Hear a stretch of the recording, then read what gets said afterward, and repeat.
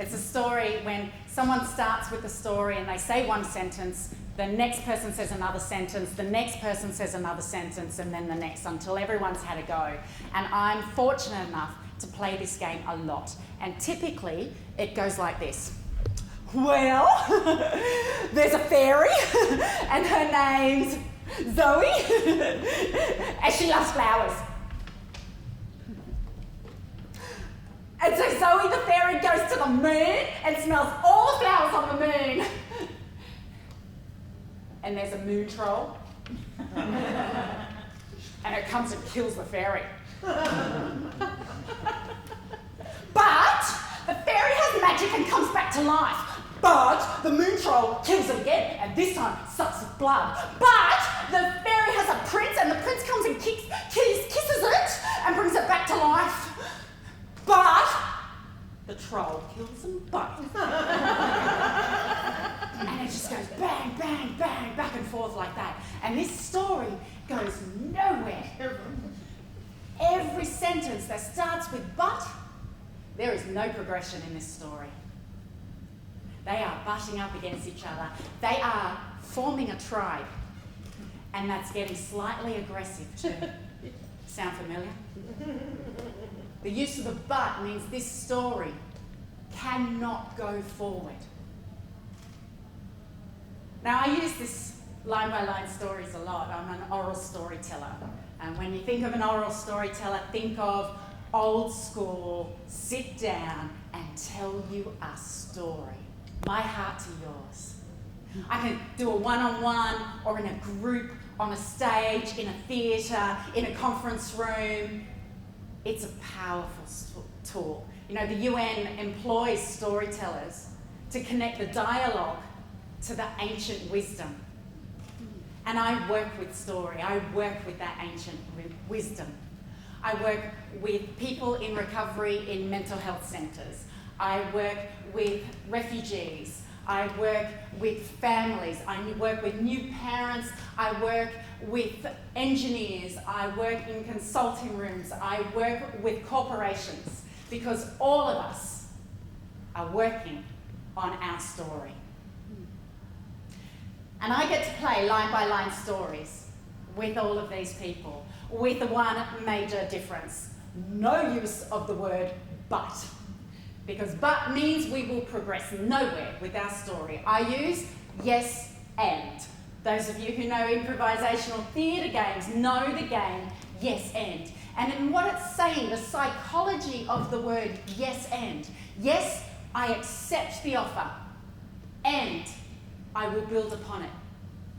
But is butting up against something. I reject your idea, I reject the concept. In marriage counselling, they say everything before the but is bullshit. I love you, but will you pick up your dirty underwear? Everything before the but disappears. So yes and. And now this is a powerful tool for people. The most power I found in it, though, is when I started to use it on myself. When I started to have an internal conversation that included yes and. Now, I grew up in a family that my father introduced violence and addiction and mental health, and it was full on. And my mother came here as a new immigrant, and she was trying to learn this Aussie English. It's not so easy to understand. And she had newborn babies, and she was a dark-skinned woman and had brown skin offspring in the 70s during White Australia policy time. We faced violence in the home, we faced violence in the street. My mother and all three of my brothers have been hospitalised from racial violence. I was beaten up once a month, and I learned to fight. I was a physical fighter too, and I fought in spirit. I was like that force of nature, that flame that just burns through everything in its path and annihilates. I fought hard.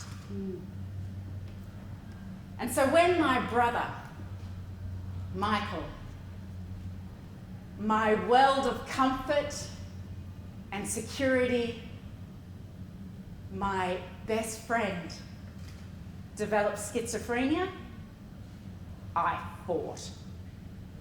I fought his reality. I fought for him to see me. I fought the doctors, the system, the institutions, the medication, the self-medicating. I fought the out-of-control moments. I fought him when he was in the violent moment. I fought the whole world. People who were trying to sell him drugs, people who were coming to our house. I fought it all. And I wasn't alone. My mum and her fiery Latino survivor strong self fought as well. We said no way to everything. Everything that was presented to me, I had a but. But he was never like this. But he wasn't violent. But you remember you love me. But I love you no matter what, Michael. But I need you. I butted up against all of it. And in the end, I lost. My brother committed suicide. I lost him. I lost the colour from my heart. I lost the warmth in my dreams. I lost my fight. And I said a great big yes. You know, people tell you, yes, you need to accept. You need to just take it all in, say yes. So I did. I said yes to the works. I said yes to the police as they took over the scene. I said yes when they took away his body. I said yes when they took over our chance to say goodbye. I said yes to the depression. I said yes to the overwhelming, deep, all-engulfing sadness. I said yes to it all. I said yes to a surprise pregnancy. I said yes to passing on my genetic bombshell. I said yes to a wholehearted giving up. I said yes to quitting my job. I said yes.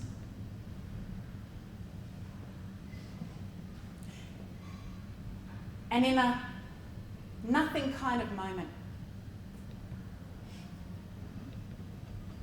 I said yes to pushing away all of my relationships. And in a fortunate moment, I was unable to say yes to suicide. But I went into a wholehearted yes. And then at some stage, at some time, I went to a workshop that someone started playing line-by-line stories. And this time they had a difference. The rule was no buts. This time it was yes and. And it was awesome. It was so much fun. And the real power came after playing with this. I started saying yes and to me. I said, yes, I am sad today. And I miss my brother incredibly. And I will build upon that. And today I will find a memory that makes me smile as well as cry. Yes, I am passing on a genetic motherload to my children. And I am passing on beauty and love and acknowledgement. And it's not just in the world of mental health. Yes, I am a 46-year-old woman with wrinkles, and I am going to build upon it by smiling some more. Yes! I may not like my job, and I can say, but I get paid, or I can say, and I will find someone to compliment one good thing today, because I will build upon it. Yes, and. You know, there's a town in Belgium called Giel. In this town, for over 700 years, the people of this town welcome strangers who have mental health issues. They have an extra room or an extra studio built into their house, and anyone who shows up on their door, they say yes.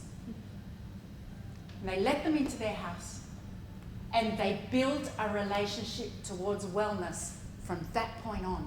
A whole town 700 years saying yes, and we will be a community and we will work towards health. The yes allowed me to have acceptance. The end allowed me to be the main character in my choose your own adventure. Gave me agency. So have a think, your choose your own adventure. Where are you hitting that page that just comes back and back? Where are you going, but? And can you insert a yes and? Where are you going, yep, I'll just surrender to this one. And it goes over and over and over and yes, yes, yes. Where can you create that end? So there's this cool little game I'd like you all to play. It's called Yes and. You see, once there was a little girl who was born to a father that brought in addiction and mental illness and violence into her life, and a mother who loved her fiercely. And now the stories is yours. Where's your end?